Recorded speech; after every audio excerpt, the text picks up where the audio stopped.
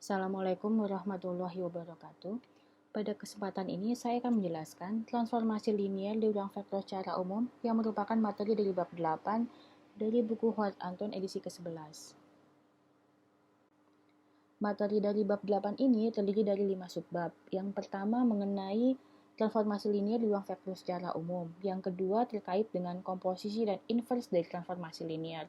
Yang ketiga terkait dengan isomorfisme. Yang keempat mengenai matriks untuk transformasi linier di ruang vektor secara umum. Sementara yang kelima mengenai similaritas. Pembahasan pertama dimulai dari transformasi linier di ruang vektor secara umum. Sebagai pendahuluan, kita akan mengingat kembali bahan pada subbab 1.8 yaitu mengenai transformasi matriks dari ruang vektor Rn ke ruang vektor Rm yang didefinisikan sebagai Tx sama dengan Ax untuk setiap vektor X di Rn dengan A-nya dalam matriks berukuran M kali N.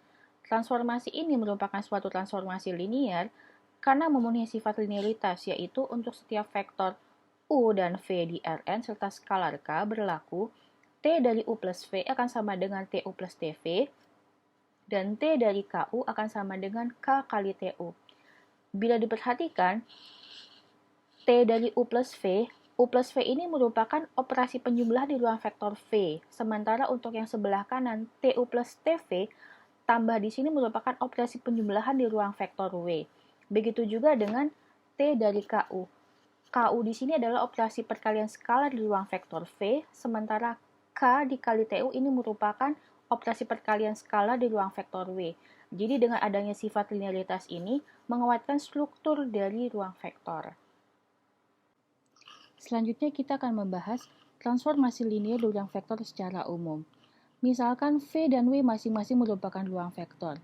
Pemetaan T dari V ke W ini akan disebut sebagai transformasi linier jika memenuhi dua sifat berikut. Yang pertama yaitu sifat homogen, di mana T dari KU ini akan sama dengan K kali TU, dan yang kedua sifat aditif yaitu T dari U plus V akan sama dengan TU plus TV. Pada saat ruang vektor V sama dengan ruang vektor W, maka transformasi linier ini disebut sebagai operator linier. Berdasarkan sifat homogen dan sifat aditif dari transformasi linier tersebut, maka hasil transformasi dari kombinasi linier sembarang vektor-vektor V1 dan V2 dari ruang vektor V sama dengan kombinasi linier hasil transformasi masing-masing vektor tersebut di ruang vektor W. Secara umum, sifat ini berlaku untuk transformasi dari kombinasi linier sembarang vektor-vektor V1, V2 hingga Vn di ruang vektor V. Berdasarkan pendefinisian dari transformasi linier tersebut, maka diperoleh teorema berikut ini.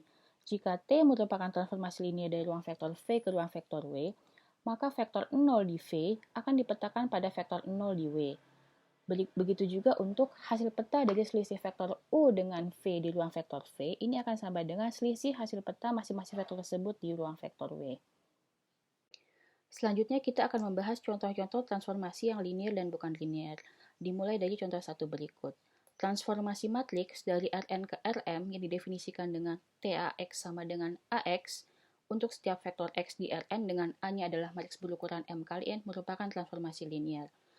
Untuk membuktikannya, kita ambil sembarang dua vektor U dan V di Rn serta skalar K. Pertama, kita akan menunjukkan tertutup terhadap sifat aditif. Jadi, TA dikenakan terhadap vektor U plus V, dan berdasarkan definisi ini akan sama dengan A dikali U plus V. Perkalian matriks ini bersifat distributif, sehingga bisa dipecah menjadi AU plus AV, dan ini akan sama dengan TAU ditambah TAV, sehingga tertutup terhadap sifat aditif.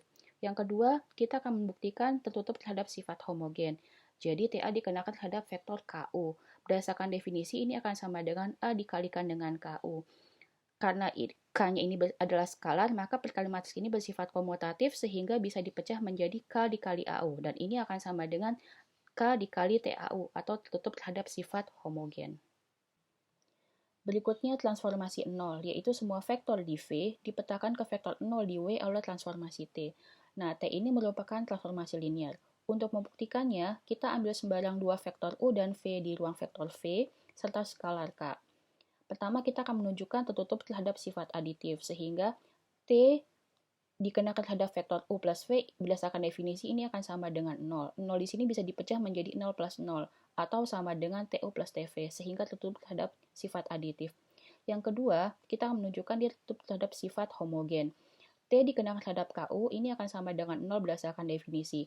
0 di sini bisa dibikin menjadi K dikali 0 atau sama dengan K kali TU sehingga dia tertutup terhadap sifat homogen.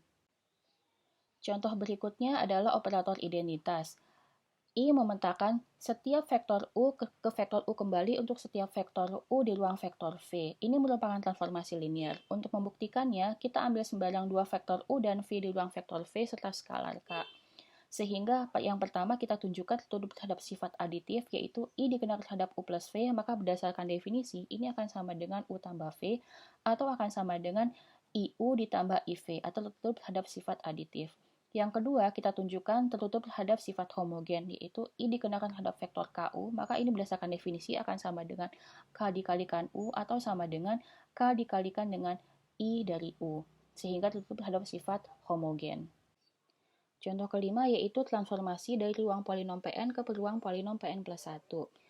Misalkan kita punya vektor P di Pn merupakan polinom di Pn, maka T dari Pn ke Pn plus 1 didefinisikan sebagai Tp akan sama dengan X dikalikan dengan Px.